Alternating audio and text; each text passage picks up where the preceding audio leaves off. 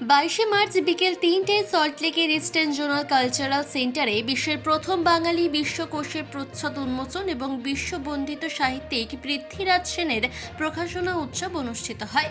অনুষ্ঠানে ভারত সরকারের সংস্কৃতি মন্ত্রকের উদ্যোগে বিশ্ব বাঙালির জীবন্ত কিংবদন্তি পৃথ্বীরাজ সেনের 50 জন প্রকাশককে নিয়ে পৃথ্বীরাজ প্রকাশক মিলন মেলা অনুষ্ঠিত হয়।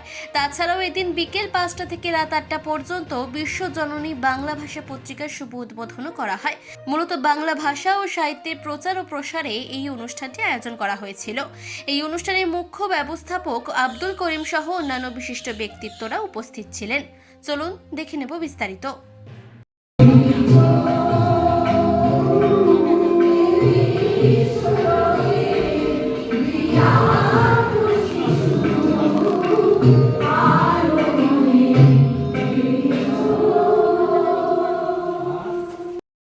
সরকারের শিক্ষা দপ্তরের অনুপ্রেরণায় প্রতিটি জেলায় তার নামে গ্রন্থাগার প্রতিষ্ঠিত হচ্ছে। 2019 সালে বিবেকানন্দের জন্মদিনে 12ই জানুয়ারি দক্ষিণ 24 পরগনায় মহামাদাতলায় আদর্শ বিদ্যালয়ে তার নামকৃত লাইব্রেরি স্থাপিত হয়েছিল। আগামী 20 এপ্রিল বিশ্ব বই দিবসে হাওড়া জেলার গোবিন্দপুর পাবলিক লাইব্রেরি আমার জন্মভূমির কাছে এখানে আমরা তার নামাঙ্কিত একটি লাইব্রেরি স্থাপিত করতে চলেছি। আগামী 20 এপ্রিল গ্রন্থাগার প্রতিষ্ঠিত হবে।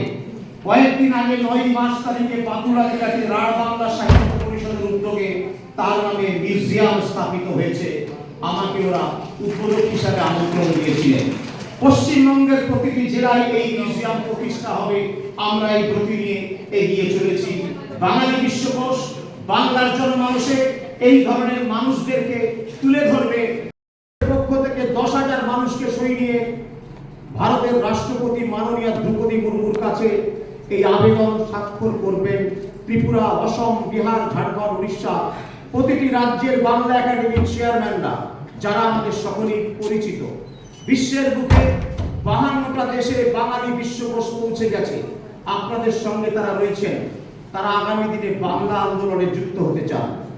এই মানুষের সই নিয়ে আমরা যেন সমস্ত প্রশাসকরা, প্রকাশক বন্ধুরা উপস্থিত হয়েছেন, তারাও আমাদের এই মহতী প্রচেষ্টাকে সফল করুন। গত 27শে জানুয়ারি তারিখে মুক্তমঞ্চ হলে প্রায় 800 মানুষের উপস্থিতিতে মহা সমারোহে পৃথ্বীরাজ সেনের 69তম জন্মদিনে পালিত হয়েছে। বহু মানুষ আমার কাছে বারংবার বলেন, ফোন করে বলেন, কেন পৃথ্বীরাজকে নিয়ে এই প্রোগ্রাম। আমি তাদেরকে বলতে চাই, পৃথিবী জুড়ে আমি দেখতে পাচ্ছি না আপনারা কেউ আছেন যে 2000 মানুষ 2000 বই লিখেছেন পৃথিবী জুড়ে কোন ভাষায়, তার তথ্য দিন। আমরা আগামী দিনে এই রকম বই করতে চাইছি। পৃথিবীর সমস্ত রেকর্ড সেখানে নথিভুক্ত হবে। শুধু বিশ্বকোষই আমরা থামবো না।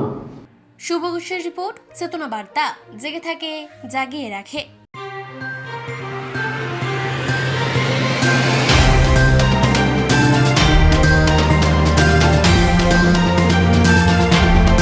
চেতনা বার্তা, জেগে থাকে, জাগিয়ে রাখে।